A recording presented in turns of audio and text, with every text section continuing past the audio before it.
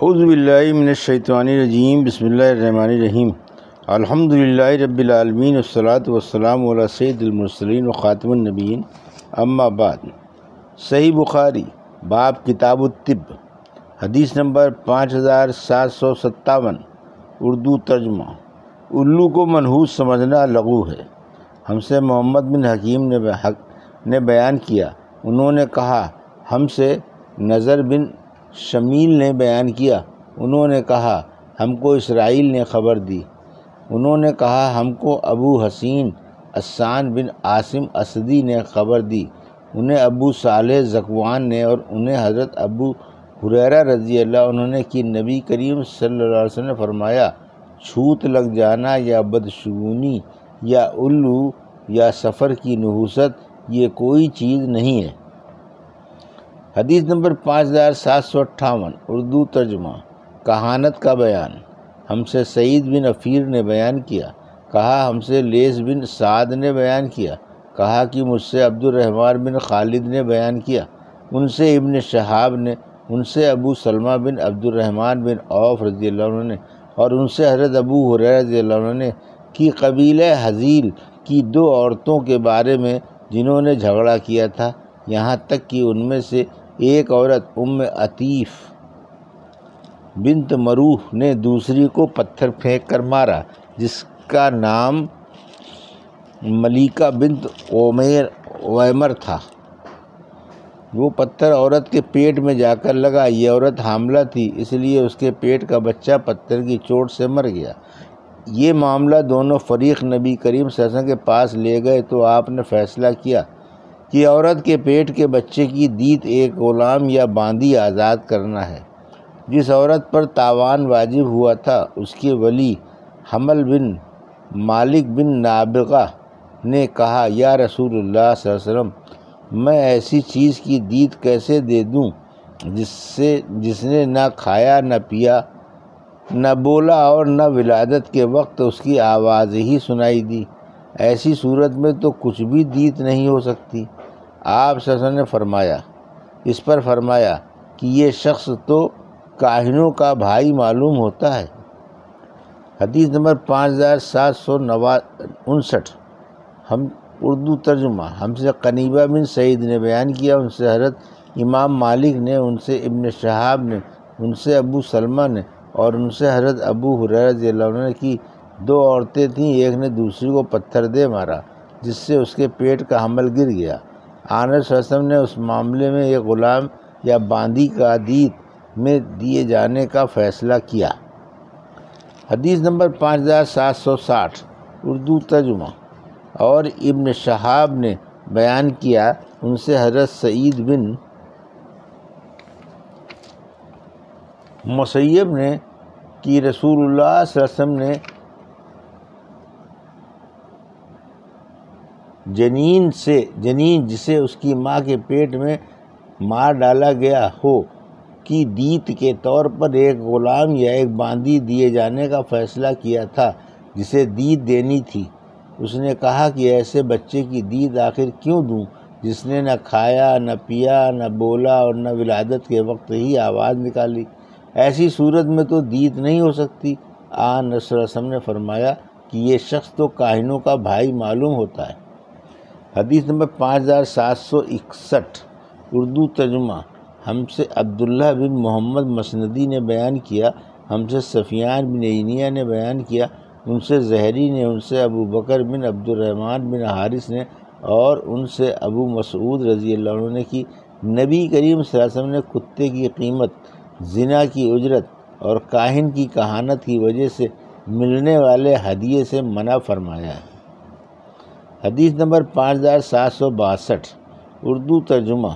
ہم سے علی بن عبداللہ مدینی نے بیان کیا، کہا ہم سے حشام بن یوسف نے بیان کیا، کہا ہم کو معمر نے خبر دی، انہیں زہری نے، انہیں یحییٰ بن عروہ بن زبیر نے، انہیں عروہ نے، اور ان سے حضرت عائشہ رضی اللہ عنہا نے بیان کیا کہ کچھ لوگوں نے رسول اللہ صلی اللہ علیہ وسلم سے کاہنوں کے متعلق پوچھا۔ آن صلی اللہ علیہ وسلم نے فرمایا کہ اس کی کوئی بنیاد نہیں۔ لوگوں نے کہا کہ یا رسول اللہ، بعض اوقات وہ ہمیں ایسی چیزیں بھی بتاتے ہیں جو صحیح ہو جاتی ہیں۔ حضور اکرم صلی اللہ علیہ وسلم نے فرمایا کہ یہ کلمہ حق ہوتا ہے، اسے کاہن کسی جن سے سن لیتا ہے، وہ جن اپنے دوست کاہن کے کان میں ڈال جاتا ہے، اور پھر یہ کاہن اس کے ساتھ 100 جھوٹ ملا کر بیان کرتے ہیں۔ علی بن عبداللہ مدینی نے بیان کیا کہ عبدالرزاق اس کلمہ تلک الکمتہ من الحق کو مرسلاً روایت کرتے تھے۔ پھر انہوں نے کہا، مجھ کو یہ خبر پہنچی کہ عبدالرزاق نے اس کے بعد اس کی مسنداً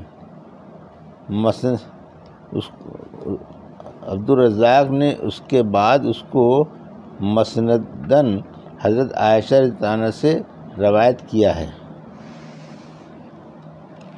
حدیث نمبر 5763 اردو ترجمہ۔ جادو کا بیان۔ اور اللہ تعالیٰ نے سورہ بقرہ میں فرمایا، لیکن شیطان کافر ہو گئے، وہی لوگوں کو سحر یعنی جادو سکھلاتے ہیں اور اس علم کی بھی تعلیم دیتے ہیں جو مقام بابل میں 2 فرشتوں ہاروت اور ماروت پر اتارا گیا تھا، اور وہ دونوں کسی کو بھی علم کی باتیں نہیں سکھلاتے جب تک کہ یہ نہ کہہ دیتے، دیکھو اللہ نے ہم کو دنیا میں آزمائش کے لیے بھیجا ہے، تو جادو سیکھ کر کافر مت بن، مگر لوگ ان دونوں کے اس طرح کہہ دینے پر بھی ان سے وہ جادو سیکھ ہی لیتے جس سے وہ مرد اور اس کی بیوی کے درمیان جدائی ڈال دیتے ہیں، اور یہ جادوگر جادو کی وجہ سے بغیر اللہ کے حکم کے کسی کو نقصان نہیں پہنچا سکتے۔ غرض وہ علم سیکھتے ہیں جس سے فائدہ تو کچھ نہیں، الٹا نقصان ہے، اور یہودیوں کو بھی معلوم ہے کہ جو کوئی جادو سیکھے اس کا آخرت میں کوئی حصہ نہ رہا۔ اور سورہ طٰہٰ میں فرمایا کہ جادوگر جہاں بھی جائے کمبخت بامراد نہیں ہوتا، اور سورہ انبیاء میں فرمایا، کیا تم دیکھ سمجھ کر جادو کی پیروی کرتے ہو؟ اور سورہ طٰہٰ میں فرمایا کہ حضرت موسیٰ علیہ السلام کو ان کے جادو کی وجہ سے ایسا معلوم ہوتا تھا کہ وہ رسیاں اور لاٹھیاں سانپ کی طرح دوڑ رہی ہیں۔ اور سورہ فلق میں فرمایا، اور بدی ہے ان عورتوں کی جو گرہوں میں پھونک مارتی ہیں۔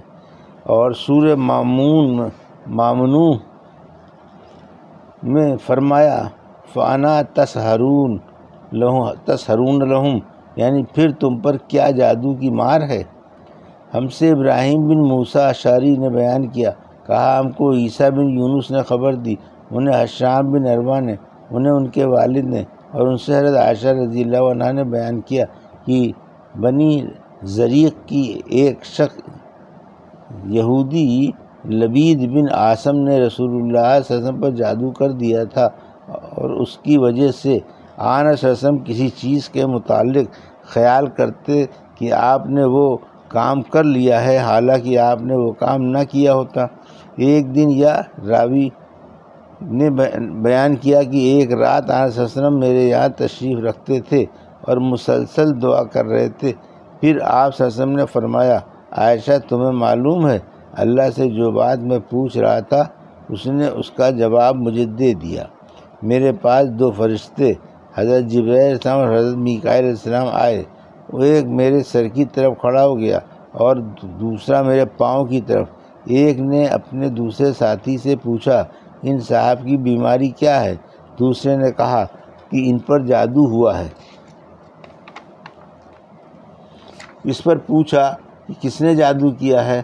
جواب دیا کہ لبید بن عاصم نے۔ پوچھا کس چیز میں؟ جواب دیا کہ کنگھے اور دوسرے بال میں جو نر کھجور کے خوشے میں رکھے ہوئے ہیں۔ سوال کیا، اور یہ جادو ہے کہاں؟ جواب دیا کہ زروان کے کنویں میں۔ پھر آن صلی اللہ علیہ وسلم اس کنویں پر آپ نے چند صحابہ رضی اللہ عنہم اجمعین کے ساتھ تشریف لے گئے، اور جب واپس آئے تو فرمایا، عائشہ اس کا پانی ایسا سرخ تھا جیسے مہندی کا نچوڑ ہوتا ہے اور اس کے کھجور کے درختوں کے سر اوپر کا حصہ شیطان کے سروں کی طرح تھے۔ میں نے عرض کیا یا رسول اللہ، آپ نے اس جادو کو باہر کیوں نہیں کر دیا؟ آن صلی اللہ علیہ وسلم نے فرمایا کہ اللہ تعالیٰ نے مجھے اس سے عافیت دے دی، اس لیے میں نے مناسب نہیں سمجھا کہ اب میں خواہ مخواہ لوگوں میں اس کی برائی کو پھیلاؤں۔ پھر آن صلی اللہ علیہ وسلم نے جادو کا سامان، کنگھی، بال، خرماکہ غلام ہوتے ہیں، اسی میں دفن کرا دیا۔ عیسیٰ بن یونس کے ساتھ اس حدیث کو ابو اسامہ اور ابو زمرہ، انس بن ایاز اور ابن ابی زناد تینوں نے حشام سے روایت کیا، اور لیث بن سعد اور سفیان بن عینیہ نے حشام سے یوں روایت کیا ہے، فی مشط و مشاطہ اسے کہتے ہیں جو بال کنگھی کرنے میں نکلے، سر یا داڑھی کے، اور مشاقہ روئی کے تار یعنی سوت کے تار کو کہتے ہیں۔